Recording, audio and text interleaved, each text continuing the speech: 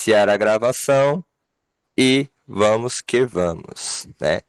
Então, boa noite a todos, boa noite a todas. Hoje a gente vai falar do capítulo 5 do Dogma e Ritual de Alta Magia e alguns paralelos com o capítulo 5 do Apocalipse e, obviamente, a chave hermenêutica da obra que é o Tarô, né? Então, para quem está chegando agora, a obra Dogma e Ritual de Alta Magia, ela tem como chave hermenêutica o Tarô. Então, se você não entende isso, você não tem como entender como entrar dentro dessa obra, né? Então, esses 22 capítulos da obra se referem aos 22 arcanos maiores. Por quê? Para quem está chegando agora, né? Eu sei que a galera do grupo está aqui há mais tempo, isso pode parecer um pouco repetitivo, mas eu acho importante para a galera que está chegando agora pegar o fio da meada, né? E conseguir saborear assim, o livro Levi com toda a profundidade que ele merece ser lido. O tarô, ele é o auge vamos dizer assim, do esoterismo europeu, né, porque ele seria a chave de toda a doutrina esotérica, segundo o ocultismo, né. O ocultismo, ele é a fase do esoterismo contemporâneo. Então, para a gente encaixar as coisas assim na cabecinha direitinho, os conceitos, para ficar organizado, você pode entender assim, existe o esoterismo, certo? Existe o esoterismo. O esoterismo, ele é um tipo de religião filosófica, de filosofia religiosa, né? O esoterismo, ele tem um espectro religioso, mas ele busca o universal da religião. Então, na medida em que o esoterismo busca o universal da religião, ele se aproxima da filosofia. Então, o esoterismo, ele é meio que uma religião, mas é buscar o aspecto universal da religião.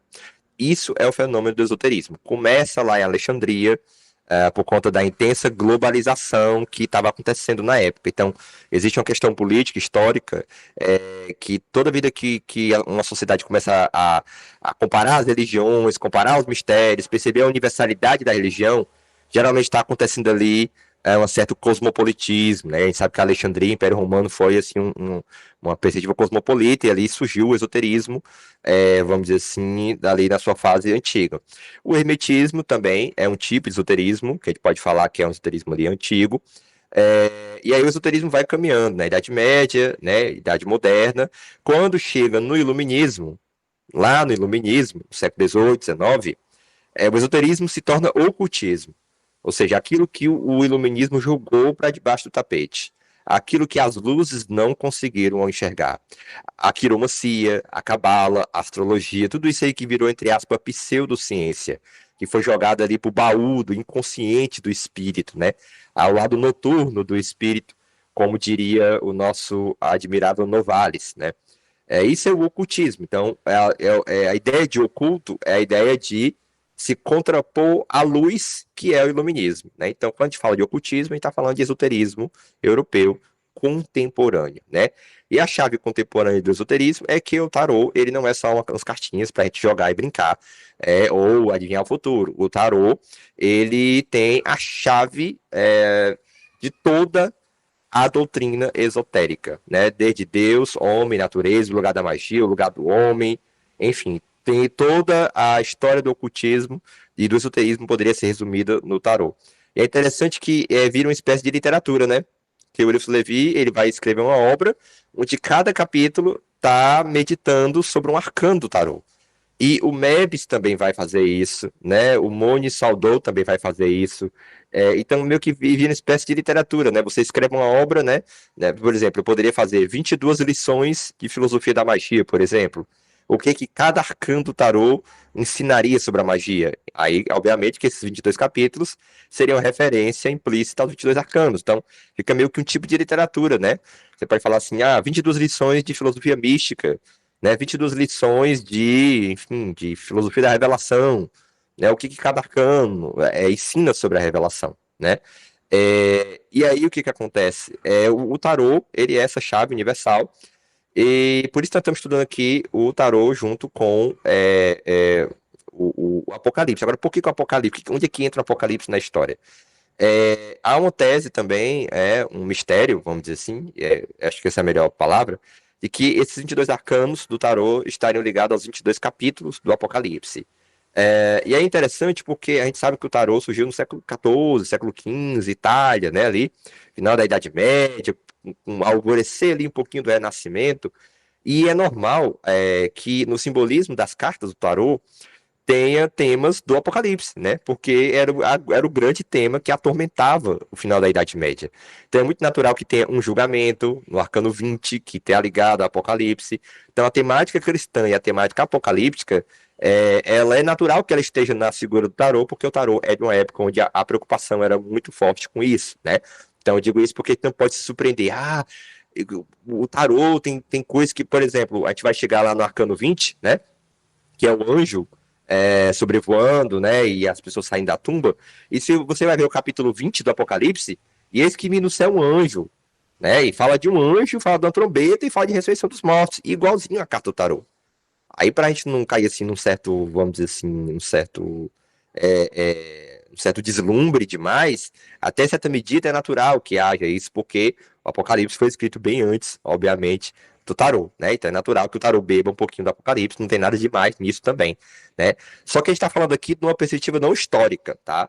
A gente está falando que aquele que desenhou as cartas do tarô, ele estava realmente pensando em guardar as chaves do Apocalipse. Não, eu acho que essa é a nossa diferença aqui do século XXI em relação ao Eurípides Levi, né? Porque o Eurípides Levi era mais ou menos isso, né? O tarô era realmente, intencionalmente, né, um instrumento que guardava essas verdades universais. Hoje a gente imagina, né, a gente constrói uma compreensão de que não precisa ser intencional, né, para ser místico, para ser esotérico, para ser verdadeiro.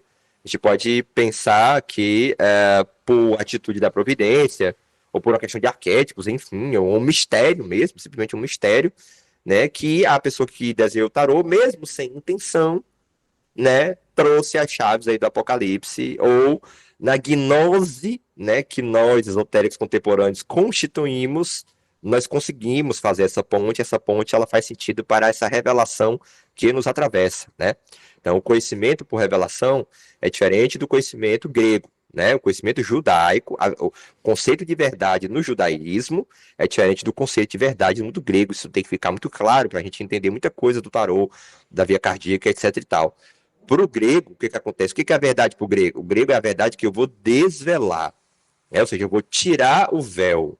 Então, o grego, ele explora a natureza, ele explora o mundo, ele vai retirar o véu da ignorância através, por exemplo, do Platão ali, do processo dialético, né? Você vai passando as opiniões, depurando, até chegar numa opinião verdadeira, razoável, racional, universal.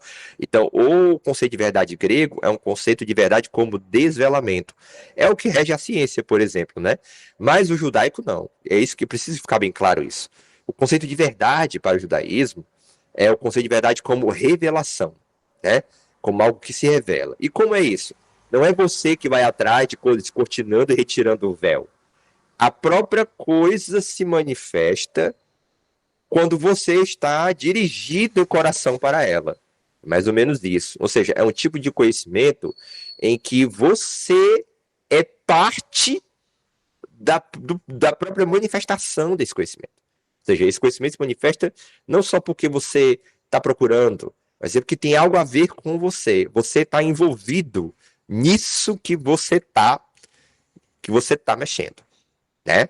Esse é o conhecimento por revelação. Então, essa coisa do tarô com a árvore da vida, com a cabala, é um conhecimento do tipo de revelação, né? Eu acredito nisso, não necessariamente uma influência intencional histórica, tá? Esse é o preâmbulo para quem está chegando, né, para entender isso. E assim, a obra Dogma Ritual é uma obra muito interessante, não só por esse estudo do tarô esotérico, né, da perspectiva esotérica, ocultista do tarô, como também ensinamento sobre a magia, porque é um clássico da magia e podemos dizer que é uma grande síntese do conhecimento mágico, tanto do mundo antigo, como do medieval, como do renascimento. Então a gente consegue enxergar nessa obra e nas outras do Eurípides Levi uma espécie de realmente, bom, o que nós podemos falar da magia desde o hermetismo, agora com a chave cristã da história e ali do Renascimento, que como nós podemos falar isso, né, desse cristianismo, desse paganismo, que são mágicos, né, que são estruturas mágicas, né. Bom, então o capítulo 5 do Dogma Ritual vai estar ligado ao capítulo 5 do Apocalipse, agora vocês estão entendendo, e vai estar ligado ao Arcano 5, que é o sacerdote. Eu não gosto de chamá-lo de papa, eu gosto de chamá-lo de sacerdote, justamente pelo caráter universal, né? Em toda religião tem um sacerdote. Papa é o sacerdote da Igreja Católica, né?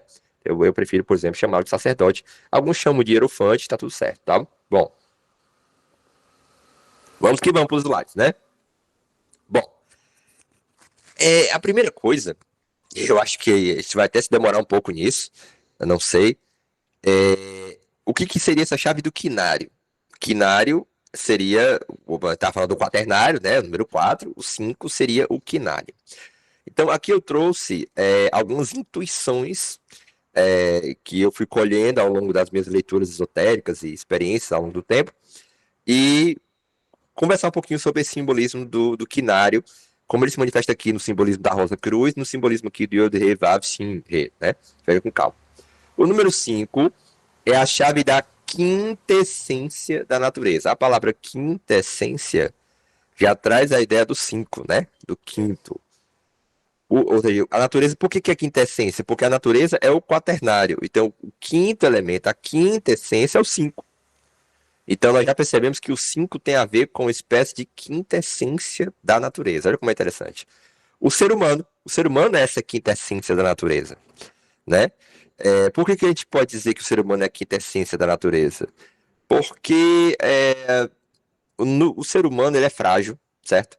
O ser humano é fraco, certo? O ser humano é atolado na maldade. Mas no ser humano, né, é que a atividade contemplativa do próprio universo chega, vamos dizer assim, numa espécie de momento sublime, né? Por que um momento sublime? Porque é um momento de trevas e luz, é um momento de tensão. O ser humano é essa tensão. O ser humano é radicado na maldade, mas aspira à luz, né? Então o drama divino é como se, na orquestra divina, é como se o negócio ficasse mais dramático, quando é o momento humano, né, do próprio cosmo olhar para si mesmo. A atividade contemplativa chegaria no seu auge, vamos dizer assim, porque, poxa, o que adiantaria? Quando eu digo ser humano, gente, só queria dar um ressalva. Não é o ser humano nós, tá? Eu tenho que deixar bem claro isso. Quando eu falo ser humano aqui, eu falo da criatura capaz de contemplar o universo e ter autoconsciência, certo? Então, assim, eu chamo isso de humano. Onde quer que isso aconteça no universo, lá estará a estrutura humana, certo? Eu tô falando humano nesses termos mais universais. Essa capacidade contemplativa. Então, se esse universo fosse só areia, rocha, fogo, destruição, choque de pedras e cometas, e não houvesse uma criatura capaz de contemplar a criação, então é como se este universo faltasse alguma coisa dele. Entende o que eu quero dizer? Ou seja, nós não estaríamos aqui conversando, tudo seria um eterno nada, tudo seria um eterno repouso. Não haveria a vida, não haveria o dínamos, não haveria o movimento. Então, se nós estamos aqui contemplando esse universo, é porque essa atividade contemplativa do universo é o interesse do próprio universo. O próprio universo evoluiu da pedra, do animal, até chegar no ser humano, para ele enxergar a si mesmo. Então, é interessante isso, né? Porque a nossa racionalidade aponta para isso, né? Ou seja, se esse universo não tivesse um ser capaz de contemplá-lo, faltaria algo na criação. Aliás, nossa razão não, nossa intuição. Eu vou mais fundo. Algo nós diz que isso seria um absurdo, isso seria o nada, isso seria o não ser, né? Então tem umas teorias, né, do design inteligente, né, que dizem que a velocidade da luz ela é num grau exato para que a vida seja possível no universo, né? Porque se ela fosse um segundo a mais, um segundo a menos, a vida não seria possível no universo, muito menos seres capazes de contemplar essa beleza do universo, contemplar a existência. Então é como se houvesse um alinhamento, né? Um desenho universal preparado para que a vida seja possível e preparado para que essa vida evolua para a autoconsciência. Né? Então, esse universo seria um design inteligente. É umas teorias que tem. Claro que tem os seus problemas, né, essa tese, mas não é a nossa questão aqui discutir a força desse argumento. Então, por estar associado ao ser humano, obviamente o 5 vai estar associado ao humanismo. Né? Humanismo é diferente de antropocentrismo, tá? Você tinha umas leituras por aí de uma galera assim que pegam umas coisas muito reducionistas, muito rápidas, né? Tiram conclusões muito apressadas, muito manualesca das coisas, e acha que humanismo e antropocentrismo é a mesma coisa, né? Acha que quando a gente conquistou os direitos humanos, que obviamente, inegavelmente é um avanço moral e jurídico, não, acho que não tem como discutir isso, né? Aí a pessoa vai dizer que não, mas ali foi onde o ser humano se separou da natureza. O ser humano começou a se achar mais que a natureza. Criou até os direitos humanos. Oh, calma aí, calma aí. Humanismo, né, é o ser humano entendendo a dignidade que é a natureza humana e que nós não podemos fazer o que quiser com o ser humano, temos que respeitá-lo, né? Isso é humanismo. Antropocentrismo se revela a nossa relação com a natureza, né? Que nós transformamos, né? Nós não tiramos da natureza o que nós precisamos. Não, não é isso. Quem faz isso é os índios. Os índios retiram da natureza o que eles precisam. Nós retiramos da natureza para transformar em mercadoria. Mercadoria não é a necessidade das pessoas. Mercadoria é para quem pode comprar, não é para as pessoas, né? Então é muito óbvio isso. E essa mercadoria é para gerar um lucro que é em tese infinito, né? Porque ele é uma questão numérica, ele é infinito, mas a natureza não é infinita, né? Então o impacto da natureza, aquecimento global, Rio Grande do Sul, tudo que a gente está vendo acontecer é justamente do antropocentrismo radicado nesse modo de produção, né? Que é o modo de produção capitalista. Eu acho que não precisa ser marxista, né? Para entender que o que nós produzimos não é a necessidade da sociedade, é a necessidade do mercado, né? Não é à toa que na era Vargas, por exemplo, queimou o café para proteger o preço de mercado, enquanto tinham pessoas famintas. Eu costumo brincar com meus alunos e digo, olha, é por isso que os extraterrestres não falam com a gente. Porque eles vão olhar lá de cima e vão dizer assim, meu Deus, tem café, tem gente com fome, e a galera queima o café para proteger o preço. E não as pessoas. Então, não. Então, o humanismo é isso. Né? O marxismo, o socialismo, toda a ideia de uma sociedade que vai valorizar a dignidade humana, que é uma herança judaico-cristã, né? Que é uma herança que tem raiz no cristianismo, todo tipo de sociedade que vai tentar defender a dignidade humana tem raiz nesse humanismo, não é no antropocentrismo, né? Mas a galera tem uma leitura muito apressada das coisas, muito simples, muito simplificadora, e às vezes acaba achando que o humanismo é o começo da separação do homem com a natureza, e obviamente não é bem assim. O humanismo é um avanço, né? Do humanismo, as raízes do humanismo, a cabala cristã, tá?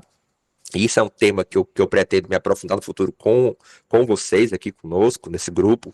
É o tema da cabala cristã. Eu acho que já deixei isso claro. É um tema que me instiga muito, é um tema que eu quero realizar uma pesquisa pessoal, histórica e filosófica sobre a cabala cristã. E quando a gente estudou o Pico de la Mirandula no semestre passado, ou foi ano passado, não lembro, a gente viu, né, que a cabala cristã, que é essa cabala do Renascimento, né? E aí lá na plataforma teve um cara que comentou assim, né? Só para dizer para você, a cabala é judaica, ela não é cristã, é dos judeus, né? Como se cabala cristã quisesse dizer que a cabala tem origem no cristianismo. Claro que não. O que a gente está falando de cabala cristã aqui, a gente está falando a visão cristã da cabala, né? Ou seja, como o cristianismo tentou integrar a cabala para dentro da sua teologia, tentou integrar o hermetismo também, ali com Pico della Mirandola, Marcílio de Fitino, no Renascimento. E assim, a cabala cristã, ela é a raiz do humanismo, né? Se o humanismo tem uma raiz, ela tem raiz na cabala cristã. Por quê? Porque na cabala cristã é que essa coisa da chave do humano, né, como imagem e semelhança de Deus, né? Mas também como está lá no Corpus Hermeticum, o homem é esse grande milagre da natureza. Olha, o Corpus Hermeticum também tinha uma anunciação humanista. Isso é muito interessante, né? Então a gente percebe que essa recepção da Cabala e essa recepção do Hermetismo do Renascimento configurou o pensamento, deu as bases teológicas para desenvolver uma compreensão mais humanista da realidade, né? Então a Cabala cristã tem a ver com o 5. Por que tem a ver com o 5? Porque o símbolo da Cabala cristã, gente, é isso aqui, ó, que eu estou apontando aqui, ó. O Iod, né? O Iod, o nome de Deus. Iod, Re, Vav, Re. Esse é o quaternário supranatural, né? O quaternário divino, né? E aí o que acontece? Com essa quinta letra, que é o Shin, Sira e Yeshua, que seria Jesus. Então, essa quinta letra, que é o Shin, que é o fogo, né? E aí o livro de Levi faz aquela associação com o Ing, né? Igni natura renovato integrae. Ou seja, pelo fogo, a natureza se renova inteiramente. E eu descobri que isso tem raiz no Jacoboeme. Posso até falar depois, em outro momento, se alguém perguntar, de repente, mas não queria aprofundar aqui agora. Mas esse é o símbolo da cabala cristã. Com quem foi que começou isso? Quem começou essa ideia de que você colocando o Shin aqui, né, vira Jesus, que é o Cristo, né, a cabala cristã, foi um hebraísta alemão chamado Johann Reichling, que é pouco falado, né? Pouco, assim, pelo menos aqui no Brasil, poucas pessoas falam do Reuchlin. O Reuchlin foi que se aprofundou lá com o Pico do Labirinto e trouxe para a Alemanha um texto, né? Escreveu um texto que ele diz o seguinte: olha, a Cabala pré-anuncia o cristianismo, né? É só você colocar o Shin aqui que vira Yeshua. Então, esse quinto elemento, essa quinta essência, o Shin, é o fogo, na escola francesa do tarô, está associado ao louco, é o arcano do louco. Eu acho isso interessante porque se esse quinto elemento está ligado ao coração, e aí vejo o paralelo com a Rosa Cruz, ó, a rosa no centro seria esse Shin no centro, ó, simbolismo Rosa Cruz e a Cabala Cristã, você vê como o Rosa Cristianismo é um ramo da Cabala Cristã, né? E aqui está o fundamento, aqui está o fundamento simbólico, filosófico. É interessante porque se esse Shin é o louco, o arcano do louco, um tarô, então confirma aquela intuição que eu estava desenvolvendo com vocês no grupo, de que a via cardíaca tem a ver com o louco, né? Então são três vias, né? São três chaves, que é a chave da magia, a chave da via cardíaca e a chave da revelação. Isso está estruturado no Ternário Teosófico, Deus, Homem e Natureza. Vai estar na cartilha que eu vou escrever, tá? Na cartilha filosófica esotérica que eu vou escrever, para ficar bem calmo, bem tranquilo para a gente pegar. Mas algumas pessoas que já estão pegando no grupo, já de tanto eu falar nisso. Então, o que acontece? Então, esse quinto sendo louco, eu acho interessante porque a via cardíaca realmente tem muito a ver com louco, porque ela parece loucura para os homens, né? A sabedoria de Deus é loucura para os homens, né? Então tem realmente a ver com isso de escutar um som que parece que ninguém está escutando, né? O arcano do louco, ele tá ali indo pro abismo, né? E o cachorro ali chamando a atenção dele, mas é porque ele tá ouvindo uma música celeste, uma música invisível, né? Então essa associação do Shin, que é uma letra mãe, né? Aleph, filosofia da magia, vamos fazer aqui a analogia. Shin, filosofia da mística, via cardíaca. E o Man, aí o caso da morte, seria a revelação, nessa tentativa aqui de analogia que a gente está fazendo, né? Aleph, Shin, Man. Aleph, Man, Shin, né? Então as três letras mães é o mago, o louco e a morte. E aí a gente pode pensar, é sugestivo pensar que o mago seria a filosofia da magia, que é alguém que está estudando, o louco, a via cardíaca e a morte, a revelação, né? Meia binar, pois é outra questão. Bom, e aí a associação com, obviamente, o pentagrama, a gente vai falar do pentagrama, tá? A estrela de 5 pontas, tá? Associação número 5. A gente vai ver que o pentagrama é um símbolo de proteção. E aí a associação do sacerdote com Ares, né? Como é que o sacerdote está ligado a uma coisa marcial, Geburá, tem dificuldade de associar esse simbolismo. A gente vai destrinchar um pouquinho isso, né? Por que o sacerdote é o signo de Ares, tem a ver com Geburá, tem a ver com Marte, e não com Júpiter, né? Como é tradicionalmente se pensar, né? Que Júpiter na astrologia rege a religião, né? E tal, o sacerdócio. Por que o sacerdote está ligado a Marte, a sangue, né? A gente vai ver isso com calma, algumas questões aqui nesses slides. A própria Rosa Cruz é um símbolo do quinário, um desdobramento metafísico, né? Dessa chave numerosófica, vamos dizer assim, do quinário. Obviamente, porque a rosa é o quinto elemento, é a quinta essência da cruz. E o Revashinhet, que é aqui o símbolo do símbolo raiz da cabala cristã, né? Tá ligado ao sacerdócio, número 5, e tá ligado à fé. A gente vai ver isso também, a questão da fé. O que é a fé, o que é a crença, né? E essa batalha, mais uma batalha interior, uma guerra interior. A consciência de. Aí já começa a chave do guerreiro, né? O guerreiro, mas não de uma guerra que é externa, de uma guerra que é interior. Então, a dimensão da interioridade está muito pronunciada no arcano do sacerdote. E isso me parece um eco da sacerdotisa, como se a sacerdotisa estivesse por dentro, né? Já que ela é a soberana cabala, né?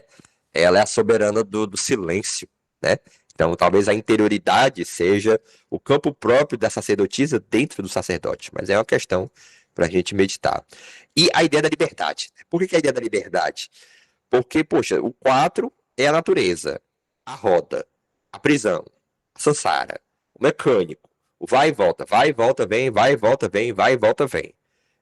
A liberdade, ela é uma ruptura com o mecanicismo do mundo, né? Por que a liberdade é uma ruptura com o mecanicismo do mundo? E ela tem que ser isso. Porque, por exemplo, quando eu me levanto da cadeira, se eu me levantar agora aqui da cadeira, a gravidade, ela permitiu que eu me levantasse. Mas eu me levantei porque eu quis. Olha como é interessante. A gravidade é a condição de eu poder me levantar. Mas o fundamento de eu ter me levantado não é a gravidade. O fundamento de eu ter me levantado é a vontade. Eu quis me levantar. Esse querer se levantar, consegue entender? É o quinto elemento. É o que rompe, é a casca, é a semente rompendo, é quebrando. Por isso que é dor, por isso que é sofrimento. Geburar é dor, é batalha, é guerra, é quebrar essa estrutura. Então, a liberdade, certo? E aí você vai dizer assim, poxa, mas isso, a liberdade é só uma ilusão. O que reina é o mecanicismo, né? Como dizia o Spinoza, né? O Spinoza é um mecanicista nato, né? Ele acha que a liberdade é porque a gente não consegue perceber as causas, a infinidade das causas, e a gente tem a ilusão que somos livres. O problema dessa tese do Spinoza, e isso foi uma da dificuldade da recepção do Spinoza na Alemanha, que gerou até o famoso querela do panteísmo, né? E fica aí para você estudar a querela do panteísmo, que é onde vai desenvolver o Schelling também, para quem quer entender o Schelling. Os pastores alemães, os Rosa Cruz, que enfrentou o rosacrucianismo, do pietismo, diz o seguinte: bom, se a liberdade não existe, então se não há nada que rompa o mecanismo natural, então como é que nós temos consciência de que essa ruptura é possível? Ou seja, se o rei no mecanicismo, então nem mesmo a consciência da possibilidade dessa ruptura poderia ser possível. Ou seja, nós imaginamos, pelo menos na imaginação, nós conseguimos imaginar que é possível romper o mecanicismo natural. Essa possibilidade é o anúncio da liberdade. Ou seja, há algo que não se reduz à própria natureza. Porque senão sequer nós conseguiríamos imaginar a possibilidade de superá-la. Entendeu? Então, mas enfim. Obviamente, né, gente? Obviamente, falando aqui um pouquinho sobre a liberdade, obviamente, do ponto de vista do absoluto, talvez liberdade e mecanicidade, né? Na filosofia a gente chama de liberdade e necessidade. Espírito e natureza, né? Vamos dizer assim. Do ponto de vista absoluto, liberdade e mecanicidade seja a mesma coisa. Tem diferença. Do ângulo dele, do absoluto. Mas para nós, para a tarefa do ser humano, faz toda a diferença a liberdade e a natureza. Essa diferença, né? Então, por exemplo, a natureza, como a gente está falando no grupo, reina. O que reina na natureza? Reina a justiça do mais forte, né? O leão devora. O mais forte dita as regras. É assim na natureza. Eu digo isso porque eu me achava uma pessoa muito influenciada pelo romantismo alemão, mas eu conheci uma galera que romantiza demais a natureza, velho. É claro, tem que preservar a natureza, tem que romper com uma estrutura de produção, né? Um ecossocialismo, sou a favor disso. Mas tem a galera que acha que a natureza é só luz, só coisa boa. Não, as pedras são iluminadas, né? E tal, não, e a iluminação é virar uma pedra. Mas assim, na natureza reina a justiça do mais forte. E a nossa alma humana grita contra isso. Diz, não, cara, a sociedade tem que proteger a criança, tem que proteger o mais velho, tem que proteger a mulher. Entende isso? Exatamente. Então, é tipo assim, a natureza é só amor. Então o Rio Grande do Sul, ou seja, o ser humano não está sendo ser humano, né? Não está sendo castigado pelo que está fazendo de errado a natureza, não. A natureza está só abraçando ele amorosamente, né? Vai nessa, né? Bom, então, a natureza, ela é cólera também, né? Ela tem luz e ela tem cólera, né? Bom, então vamos para o próximo slide. Aí o homem, né? O pentagrama esotérico é um símbolo de proteção, tá? É um símbolo. A Gila aí, entendeu, né? É um símbolo de proteção, é um símbolo de defesa. E quando a gente vai falar da parte prática da magia, a gente vai falar justamente do poder do pentagrama, né? O que é esse pentagrama esotérico? Gente, aqui tem várias chaves, né? Tem o nome tetragramaton, né? Tem aqui o símbolo dos planetas, tem aqui o símbolo até dos naipes do tarô, né? E tem aqui uma estrutura que vem Mercúrio, que vem Vênus, que tem a ver com caduceu de Hermes, etc. Eu não vou explorar aqui pormenorizadamente essa questão do simbolismo do pentagrama, tá? Isso poderia ficar para depois. Mas o muito interessante é o seguinte: se o 5 está ligado ao ser humano, né? Então é intrigante como a estrela de 5 pontas, justamente ela, né, que tem 5 pontas, cai tão bem com a silhueta do ser humano. né? Isso para mim é intrigante. Porque, poxa, né? Justamente o número 5, o número do humanismo, aí a estrela de 5 pontas fica bem direitinho, um ser humano com suas pernas, com seus braços, né? Então isso para mim é um vestígio, né? De uma hieroglífica sagrada, né? De algum mistério, né? Para mim de uma harmonia pré-estabelecida, né? Assim como, por exemplo, o número 9 é o único número que quando você multiplica por outro e você soma os algarismos, volta para o 9. Né? Nenhum número acontece isso, mas o 9 você multiplicar por 1.500.000, sei o quê, qualquer número, você vai somar os algarismos, volta para o 9. Então isso para mim é intrigante, né? Por que que isso acontece só com o 9? Se a própria matemática estaria pré-anunciando um mistério. Mas enfim, olha o que o livro Levi fala, para você ver como o sacerdote está ligado a Ares, está ligado a essa batalha interior. Palavra do livro Levi. Armado, arma, guerra, Geburá, Marte, Ares, ó. Armado deste signo, signo do pentagrama, e convenientemente disposto, podeis ver o infinito através daquela faculdade, a imaginação, né? Que é como que o olho de vossa alma. E vós vos fareis servir por legiões de anjos e colunas de demônios, né? Então essa questão de que o ser humano vai se servir, né? Tem muita essa questão de os 5 dominar os 4 elementos. O quinto elemento, a vontade, ela é soberana, ela reina sobre o quaternário. Claro, o elemental pode reinar sobre a vontade. Aí é o pentagrama invertido, aí é o bode, né? O bode com chifre, como a gente sabe muito bem. Bom, e aí outra coisa que eu deveria falar muito interessante é distinguir o raio direto e o separar do reflexo. Tal é a obra do iniciado. Isso é uma polêmica com. Eu vejo que é uma polêmica com o espiritismo, né, com a perspectiva espírita, porque quando ele vai falar isso no texto, ele está falando justamente daquilo que nós imaginamos na luz astral, daquilo que nós vemos na luz astral. Né? Ele vai dizer que o astral ele é um reflexo, né? Ele não é a coisa em si, né? Ele é o reflexo de como a nossa mente consegue entender o que no fundo é transcendental, transcende forma, transcende espaço. Então isso é muito interessante. Saber separar o sutil do espesso. Olha aí o corpus hermético, né? Ou seja, o iniciado, ele sabe que o que se passa no astral é muitas vezes um simbolismo, uma chave do seu caminho, do que uma entidade, um ser quase que corpóreo que apareceu ali para você, né? Eu nunca me esqueci, nunca canso de contar a história, e vou contá-la de novo, para vocês entenderem o que é uma visão espírita e uma visão de iniciado, diferença, né? E o Levi está falando disso, que é quando eu estava na sessão de Santo Daime, na minha igreja de Santo Daime, e faltou luz na cidade, né? E a luz ia e voltava, ligava e voltava, e você percebia que as pessoas que tinham uma mentalidade mais por realismo ingênuo, ou seja, por espiritismo, estavam meio que atordoadas, porque elas interpretaram aquilo ali como uma interferência de um espírito maligno que estava tentando atrapalhar a sessão. Né? Essa foi a leitura espírita. Né? Ou seja, tinha um invasor ali, tinha alguém, alguma coisa mexendo materialmente, um ser quase que aéreo, né? Um gás ali, sutil. Né? A galera que tinha uma perspectiva mais filosófica, mais hermética, mais esotérica, mais ligada à teosofia, estava em êxtase de luz. Por quê? Porque viu naquele apagar de luz e naquela luz acendendo, a chave da luz e das trevas, da dualidade humana, da dualidade do divino. Ora é luz, ora é trevas, ora é luz, ora é trevas, e eu permaneço.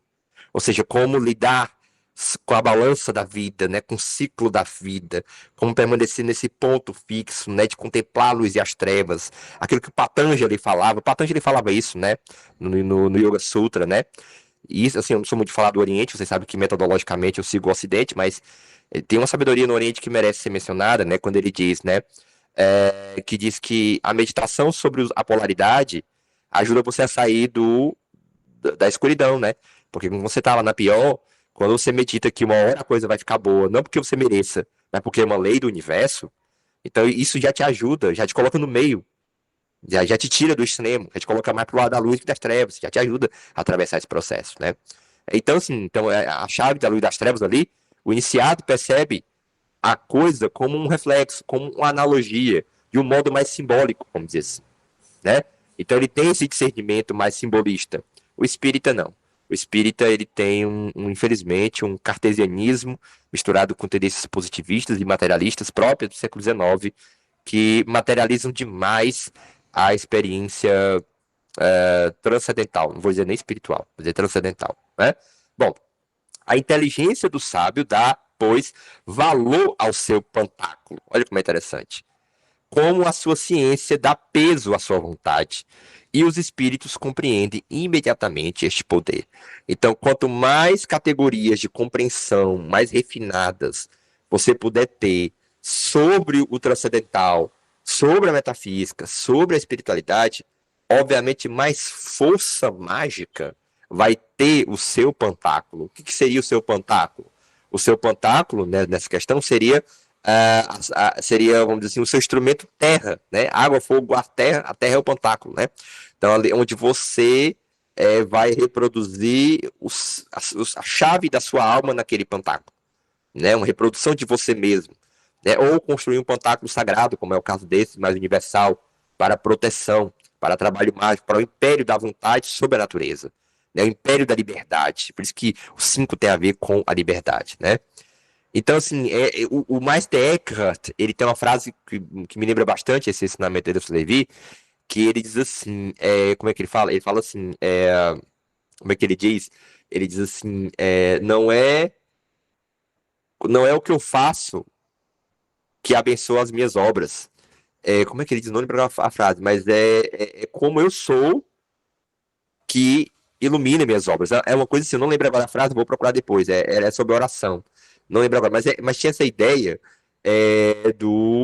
dessa coisa de aquilo que nós fazemos de nós mesmos é que confere valor e potência àquilo que nós dizemos, àquilo que nós fazemos, né?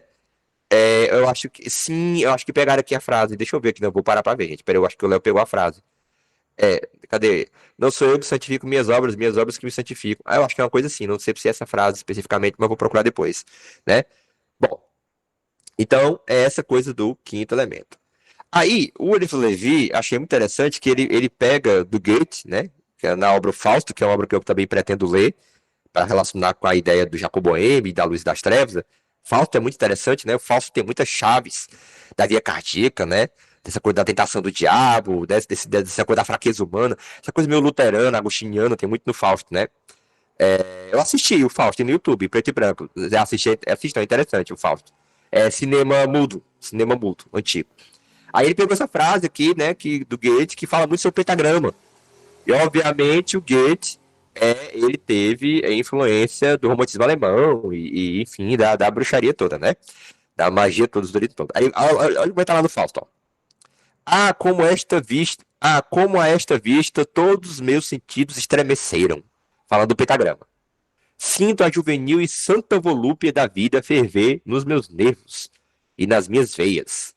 Será um Deus aquele que traçou este signo que acalma a vertigem de minha alma, enche de alegria meu pobre coração e, numa impulsão misteriosa, desvenda ao redor de mim as forças da natureza, ao quaternário, né?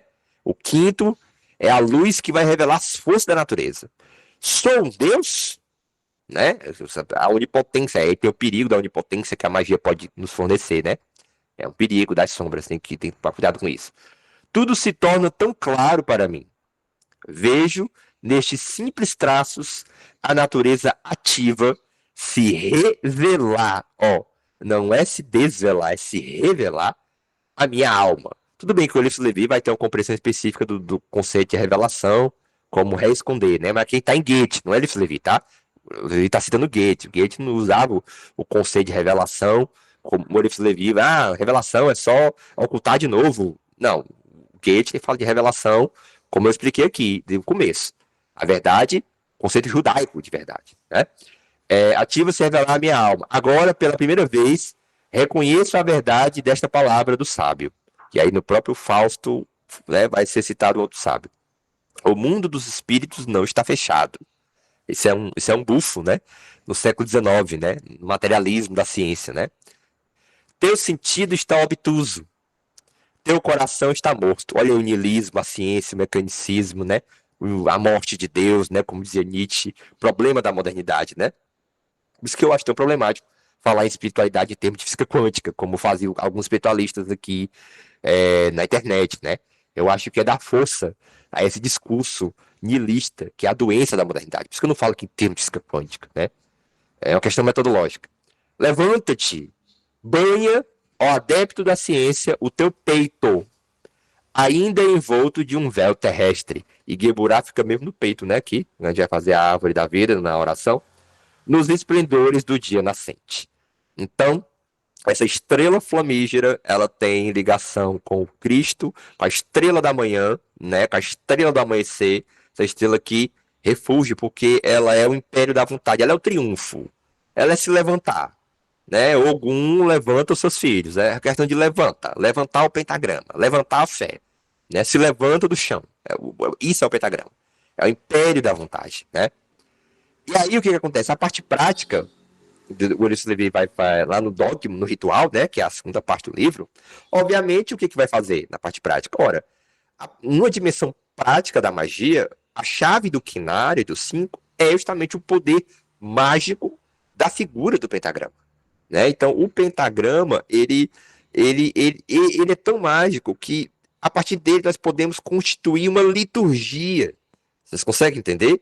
Então, ele é fundamento litúrgico. Eu me arrepio todo dizendo isso, porque quando você vai evocar os anjos, a ideia do quinário, tem muito essa questão do pentagrama. Aleister Crowley, né, com o banimento, o pentagrama de banimento, que não é do Aleister Crowley, veio antes, obviamente, mas tem essa coisa, né, muito forte. Então, olha o que ele diz aqui. Consagramos o pentagrama com os 4 elementos. Sopramos 5 vezes sobre a figura mágica e aspergimo-lo com a água consagrada.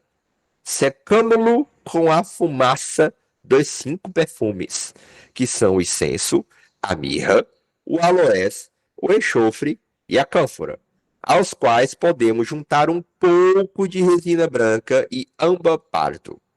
Sopramos 5 vezes, pronunciando o nome dos 5 gênios, que são Gabriel, Rafael, Anael, opa, sou eu, fui chamado, Samael e Orifiel, né?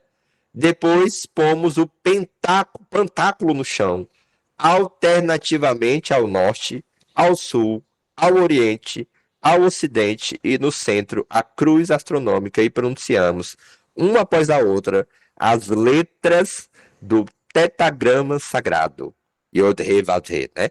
Depois dizemos, em voz baixa, os nomes de Aleph e do tal misterioso, reunidos no nome cabalístico de Azot. Né? Azot tem Aleph e tem o tal, Azot. Né? Então, o princípio e o fim. Aleph é a primeira, tal é a última letra do alfabeto hebraico. Então, o pentagrama, ele serve para banir, ele serve para evocar.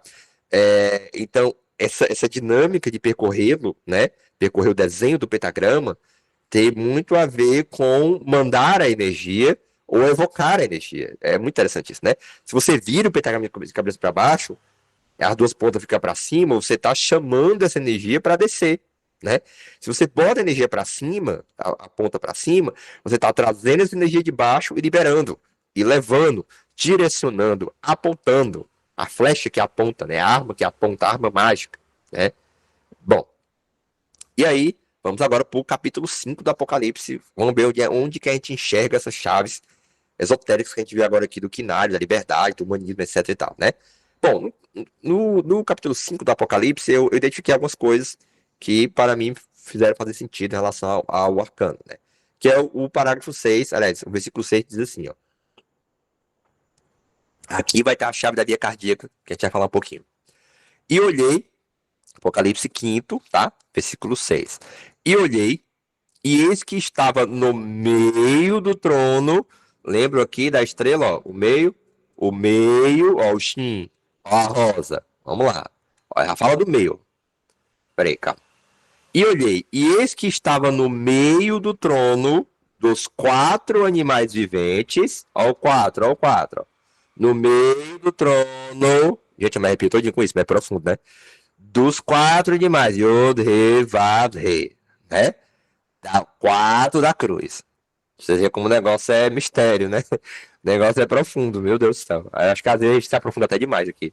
Bom, então, e esse que estava no meio do trono e dos 4 animais viventes, e entre os anciãos, um cordeiro, como havendo sido morto. Cordeiro ligado ao símbolo de Ares, o cordeiro do sacrifício, o cordeiro imolado, né?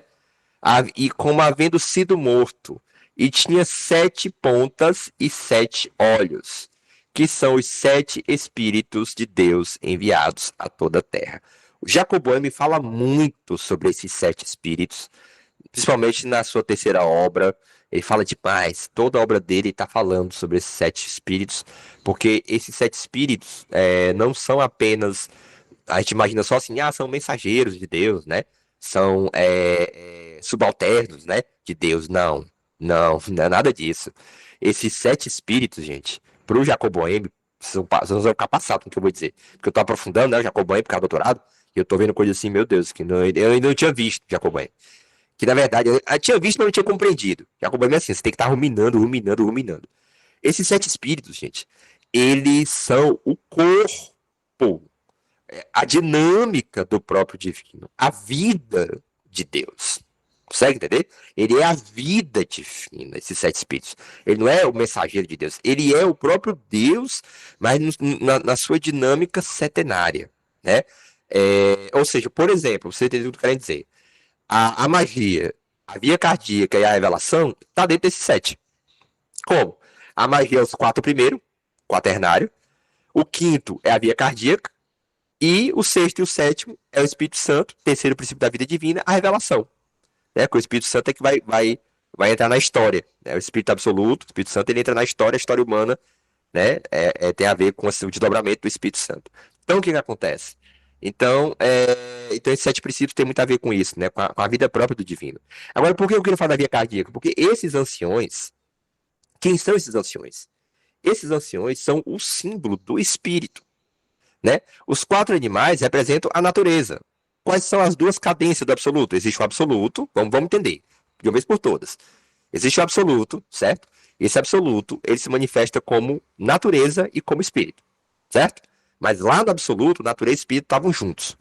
Por isso que espírito e natureza têm tantos paralelos, né? Por isso que você consegue entender a natureza a partir do espírito e o espírito a partir da natureza, vice-versa. Então, o que se passa? Esses anciões, fazendo analogia, é como se os 4 animais fossem os 4 naipes dos arcanos numerados de 1 a 10 do tarô. 1 de paus, 2 de pau, 3 de pau, 4 de pau, 5 de pau, 10 de copa. E os anciões fossem os arcanos da corte. O rei, a rainha, o valete, entende? Ainda não são os arcanos maiores. Os arcanos maiores é a revelação. Né? Então, esses anciões, por quê? Porque a força elemental dos arcanos menores numerados de 1 a 10 se humaniza nos arcanos da corte. Né? Então, os anciões é porque é como se fosse a chave do humano, certo? Aqui na dimensão natureza, homem-deus. Né? Então, essa chave natureza, homem-deus, como é que ela está no tarô?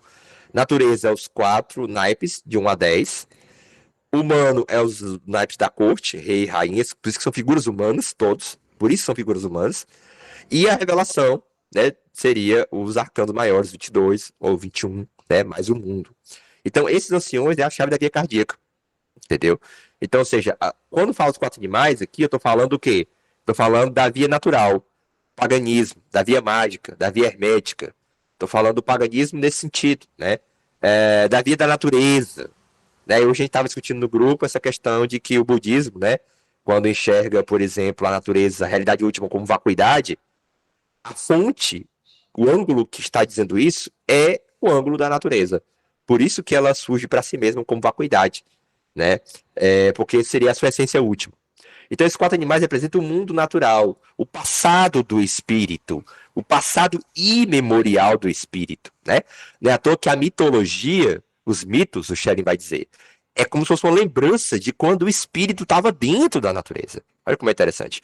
Ele estava tão dentro da natureza que nós só conseguimos entender esse momento anterior à queda, a partir da mitologia. Por isso que a mitologia é uma chave, é um vestígio para a gente voltar, né, para a gente superar a queda, né? Isso aí é uma outra questão, é a filosofia da mitologia. Então, esses anciões é a versão do espírito, é a via cardíaca, é o humano, né? Ou seja, é a dimensão espiritual da natureza, a autoconsciência da natureza, o humano. Natureza, homem, Deus. Natureza, quatro animais. O humano, os anciões. E Deus seria aqui o cordeiro, no caso, né? Nessa metáfora. Então aqui temos natureza, animais viventes. Homem, os anciãos. Deus, o cordeiro. Nessa analogia, olha aí. O ternário teosófico, Deus, homem, natureza. Ternário filosófico também, segundo Shelley, né? Reaparecendo. E o 10º versículo. E para o nosso Deus nos fizestes reis. O rei é o quaternário, né? Quaternário é a natureza. Arcano do imperador. E sacerdotes. O quinário, a vontade, o humano, a cabala cristã, a rosa na cruz. Interessante isso, né?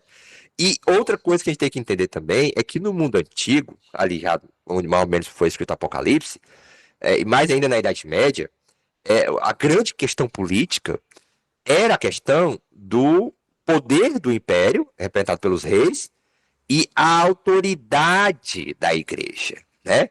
Então, o império, o rei tem o poder, o potestas, o Estado tem o poder, mas a autoridade vem da igreja.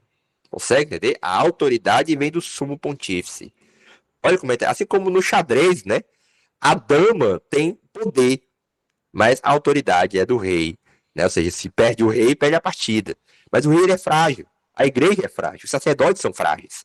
Então, essa coisa de que o quinto princípio, ele é frágil, mas ele é a autoridade, entende? Ele é o autorictas, entende? Ou seja, é interessante isso, porque a força do corpo, do instinto, das paixões é forte, é o rei.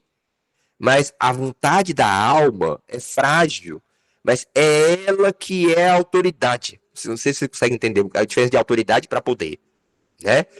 O poder realiza, mas a autoridade autoriza realizar ou não, né? Então, na Idade Média teve muito esse debate. O Santo Agostinho, por exemplo, vai dizer que o poder da autoridade da igreja é superior ao do Estado. São Tomás de Aquino, lá no final da Idade Média, vai meio que relativizar isso, né? Vai dizer, não, a igreja é importante, mas as coisas mudando tem que cuidar do Estado. Aí já está preparando o Estado moderno, né? Mas enfim. E reinaremos sobre a terra. Ou seja, e reinaremos sobre os 4 elementos, né? Continuando aqui. Bom, e aí, na árvore da vida,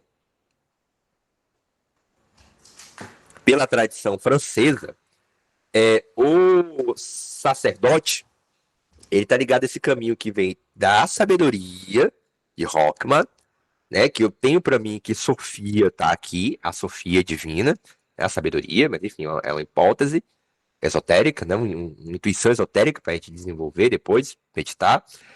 E em relação a diferente, em relação à via cardíaca ao coração. Olha como é interessante. Então, o sacerdócio tem a ver com essa fé na sabedoria.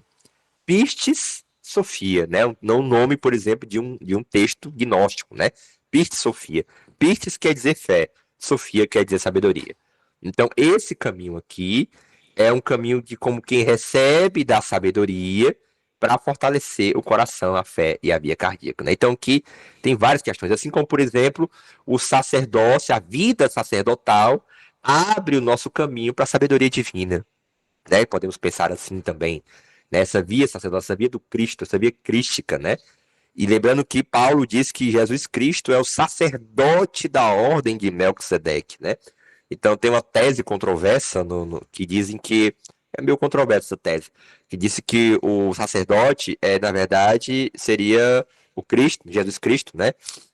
E a sacerdotisa seria Maria Madalena, né? Por isso que a igreja se encasquetou com a sacerdotisa, né? A primeira carta que a igreja mandou banir, historicamente, não sei se vocês sabem, foi a sacerdotisa.